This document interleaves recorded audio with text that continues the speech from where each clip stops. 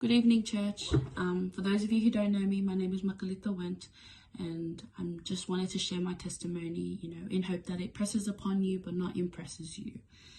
Just to share what the amazing things that God has done in my life. Before I came to God, before I got saved and fully committed my life to Him, I was heavily in the world. I came from the world, so I didn't really grow up going to church. I actually grew up Catholic, but we only went to church maybe 3 times a year, like just for Easter, Christmas, that kind of like faith, I guess. So yeah, I grew up like that. And the only time I went to church was when my parents forced me to, or was like, oh, we have to go because of so-and-so or whatever, because of a baptism or something like that. So I knew of God, but I didn't know God. There's a massive difference. And so growing up, I guess God was just God to me. There was no such thing as having a relationship with Him. I never actually heard that even, in the Catholic Church. And I'm not bagging the Catholic Church, but the one that I went to and where I grew up, I never heard such thing about having a relationship and that you could actually have a personal relationship and connection with Jesus. And so, I went through life, I guess, seeking love and seeking, attention and seeking a sense of belonging in everywhere but God.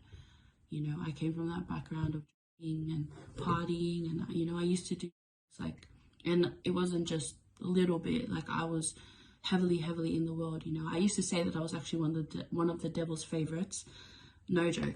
I used to actually say that. I used to say, that the devil loves me because I'm contributing to whatever his plans were, and I truly believed it. And I had such a daredevil spirit, which was quite, I guess, bad in a way, because it led me to making a lot of wrong decisions, But ever since starting my walk with God, ever since God called me, to live my life for Him and to commit myself to Him, I can't even explain, I can't even describe how much God has really done for me. But basically He saved me from myself. I feel like our worst enemy is ourselves, and a lot of the times, we are the reason why we can't have that relationship with God. But God is always there. God is always seeking after us. It's just a matter of us opening that door for Him to come into our lives. I thank God that we've now found POS. God led us there. God led my whole family to POS, actually, and it's been so amazing being a part of this family, being a part of the POS family and this new community of people who are actually really after God's heart, people who are actually really desire to live their lives for God, because it's one thing, like I know there's so many people out there who say, that they love God and that they know Him, but are you really living for Him?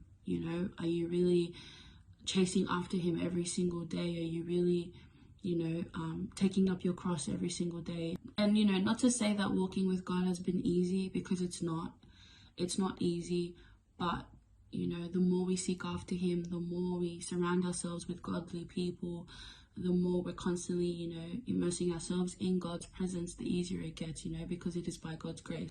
And so, yeah, I thank God, honestly, every day. Like, even for me to think of where I am now, like, I don't know if any of you know, but when I was 17, I actually went through depression. And I didn't think God was going to get me to talk about this, but I guess it's coming through now.